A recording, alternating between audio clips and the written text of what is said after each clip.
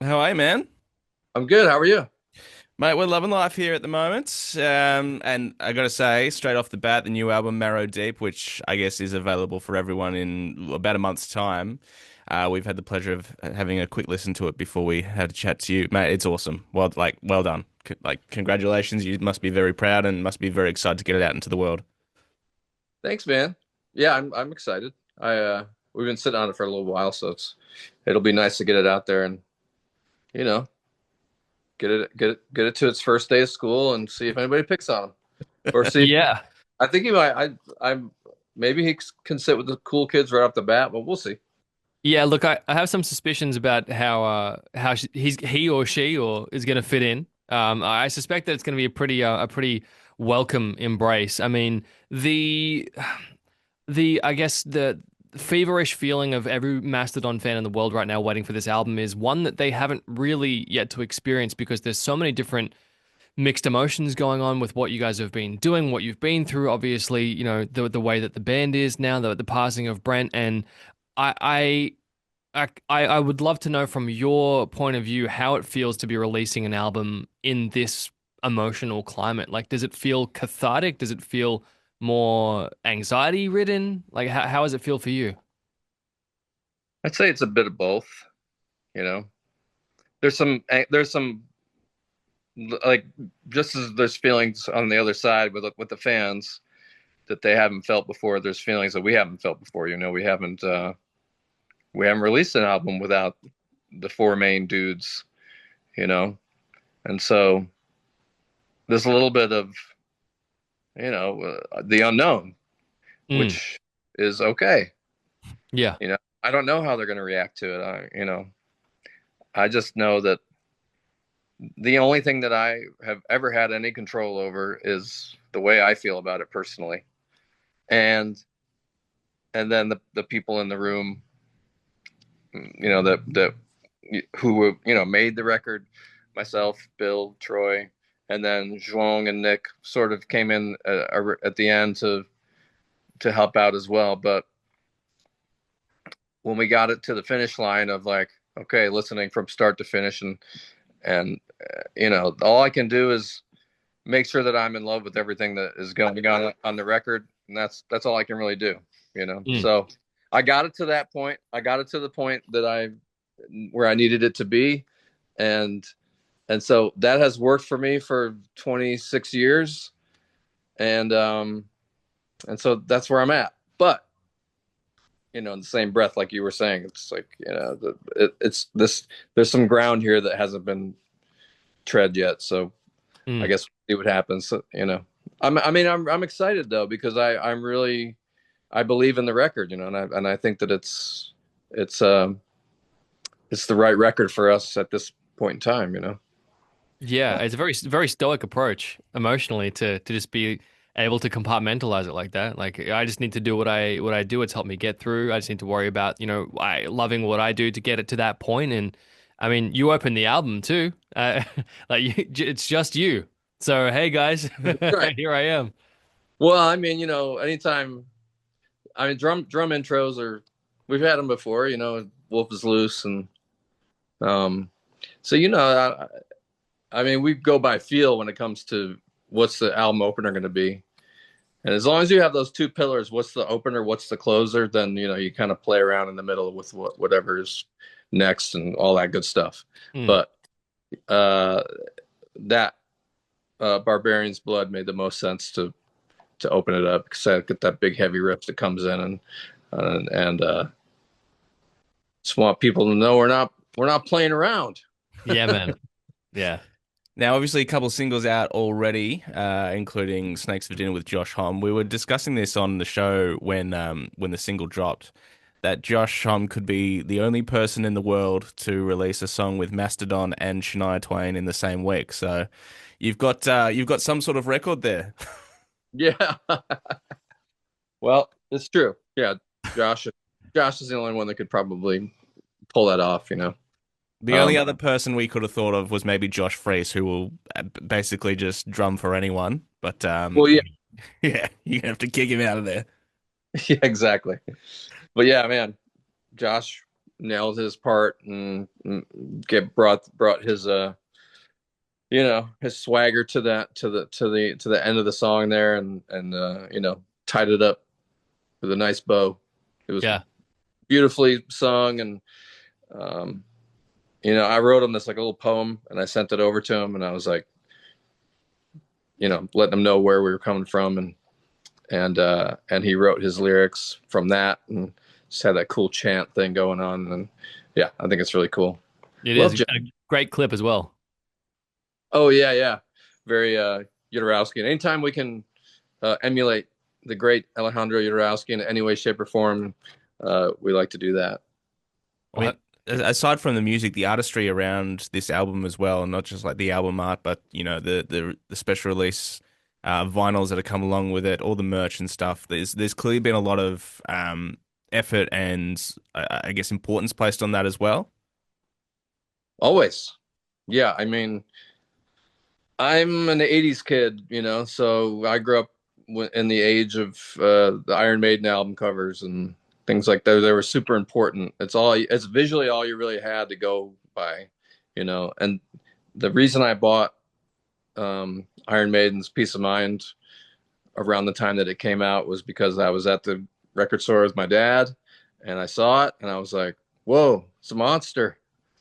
The record cover is what got me to buy that album. So I mean, the art has always been a super important component to Mastodon. I mean, you can tell with the I guess mini gallery you've got on the wall behind you as well. Oh yeah, my house is. I mean, it's you're not a hoarder if you have cool stuff. Yeah, I've been telling myself that the same thing. Yeah, I know. What's nothing more important than rationalization. Now, I need to bring up because my co-host here said this could be the only other person you can talk to about this, and I'm seeing some clown masks in the background. Though we both share a love for Mike Patton's, I guess, sort of less famous band, Mr. Bungle. Oh yeah, Mr. Bungle probably changed my musical trajectory as a kid.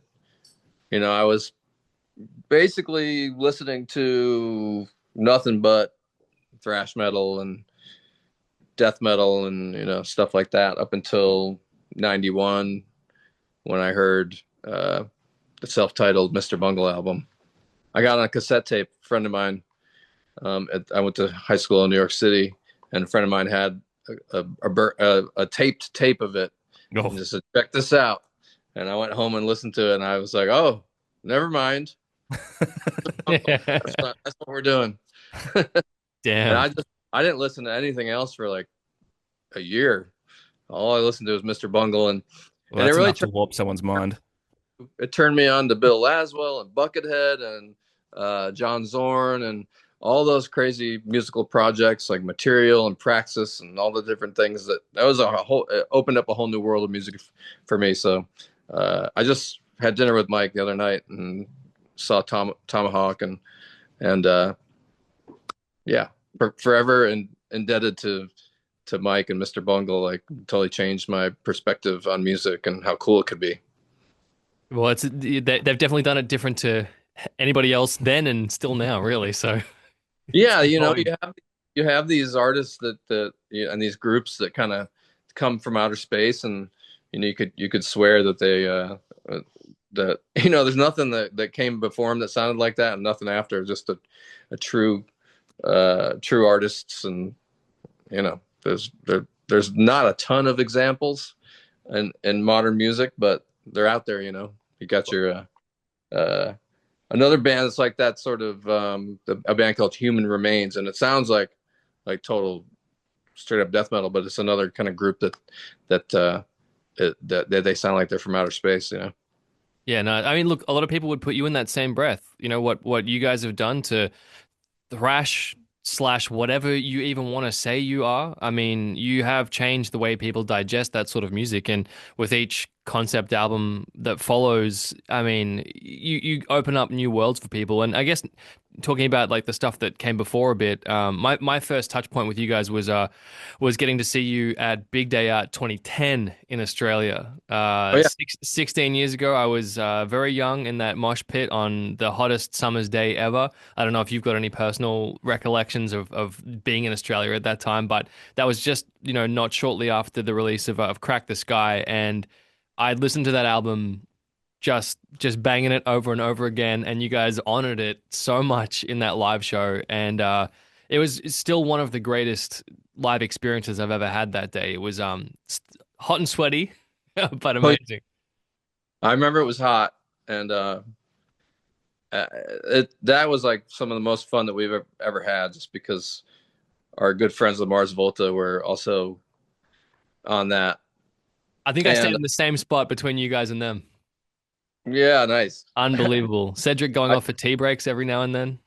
Yeah, yeah.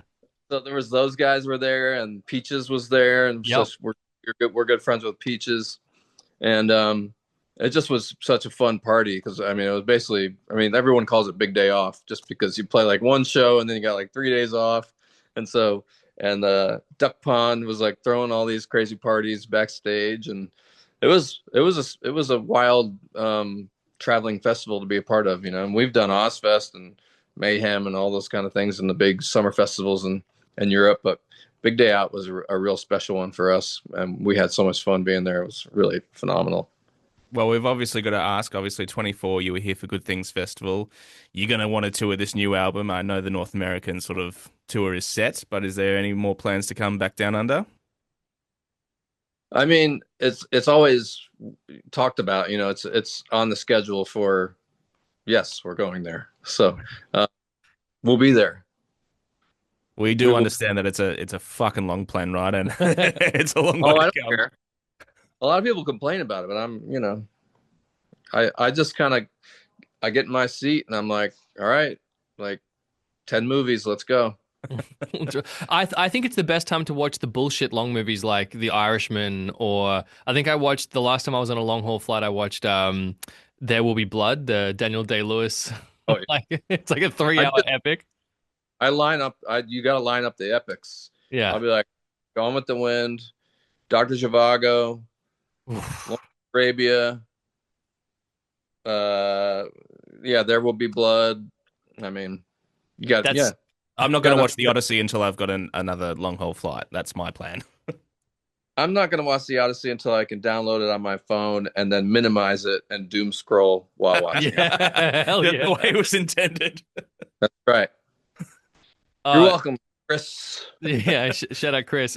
Look, to get back to Marrow Deep, I want to echo the sentiments that Brooksy had off the rip with how good this album is. I mean, we're so lucky that we've got to listen to it ahead of everybody else, sucked in, everyone at the moment. But it fucking rips, man. Like this is seriously some of your best work. No, like pissing in your pocket.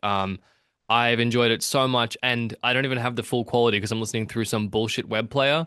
So like all the symbols are slightly artifacty, and everything is yeah. But even in saying that, the technical playing across this album feels like everything went up a notch. I don't know if that was by virtue of you guys feeling like you had to lift again to sort of bring something to the table, or how that happened. But man, some of there's like these modal guitar solos, there's these breakdowns, there's more 2-bar drum fills from you in this album than I can ever recall. I mean, you're feeling like forever. I love it. It's so sick. It's technical, it's riffy, it's heavy. It's like it's special, man. It's gonna be I love it. Thanks, man. Yeah, the 2-bar drum fills was something Kurt definitely wanted me to take back or put back in there. Yeah. Where I'm like, well, awesome, man, because the last few producers we worked with, they always want to take those out. You feel it. It was nice to work with Kurt, because we've known him for 30 years, and so I knew he was going to let me go crazy, But thanks, man. Yeah, we're really proud of it. We worked really hard on it. As far as the technical aspects, I mean, we're kind of doing what we do, but we poured over every little transition and bridge and just little moments of like, is this the coolest that it could be? Is this so we really, really worked super hard on it, and it was awesome because everybody that was in the room really wanted to be there and was really stoked to be there. And um, it was good to have the two new guys there because they were super excited. And to be honest, like when we first went in to start recording, it was only like maybe a week after Brent had passed, and I worried that it was maybe not the wrong timing, but I was like, what am I going to do? Just rot in bed because I was really depressed, and it Mm. was hard to get up out of bed in the morning. But I knew that if I got up and I got my ass down to the studio and just worked and concentrated on the music and wrote lyrics and sang and played, at the end of the day, every day, I felt incrementally better and just started to come out of my fog, and just we just leaned on each other. I kind of looked at it like the movie 300. We kind of just all got in the ball and put shields over ourselves to shield ourselves from the outside noise, and just concentrated on these arrangements and these songs, and you know just dug as deep as we could for them.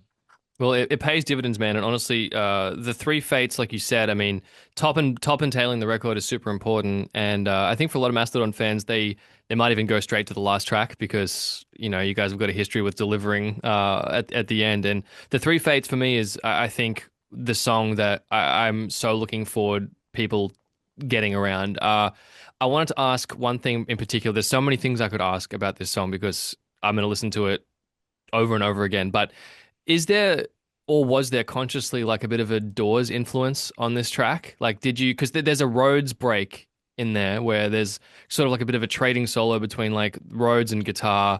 It feels Yeah, like you back off the drums like Riders on the Storm-esque. And I just wondered whether that conversation ever happened in the studio where it was like, what if we give this like an old school like LA feel for a little bit before going back into the riff? Was that a conversation that ever happened like at all? for sure. I mean, if you introduce the roads in that manner, it's gonna harken the Doors. Mm. For us, it also is in the conversation with some of our favorite music. So like kind of like early Herbie Hancock or Mahavishnu or um, you know just some fusion. Mm. And so that's what we kind of wanted to do. We're in the rehearsal space and we're sort of jamming, and like every day at sound check when we were in Europe, if myself and Zhong and Nick would get up there, we'd have our fusion jams because we're like into that kind of stuff. Um, I was like, man, if there could be a section on the record that could be like this, like we get quiet and we just kind of you guys go back and forth. But I love it for the end because it's sort of like hopeful for the future almost, like here's these two new guys and they're just that's have this beautiful conversation back and forth that erupts into the ending of the album that kind of sends you off being like, okay, I think those guys are going to be okay, because Exactly how it feels. we've worked through all this grief and kind of pain and anger and shit through the whole record, and then you're going to get to the end there, and you're like, oh, okay, I think it's going to be all right. Mate, it's definitely more than all right, and I'm so looking forward to everyone getting the chance to hear it. August 28th, Marrow Deep, and then we're going to take your word as gospel. You will be back in Australia uh, We'll be in we'll the be there. foreseeable future. Hell yes, mate. Thank you so much for your time. So grateful. It is a cracking record, and yeah, everything about it is just fantastic, mate. Thank you so much for taking the time to have a chat to us. Yeah, so excited for you guys. Awesome.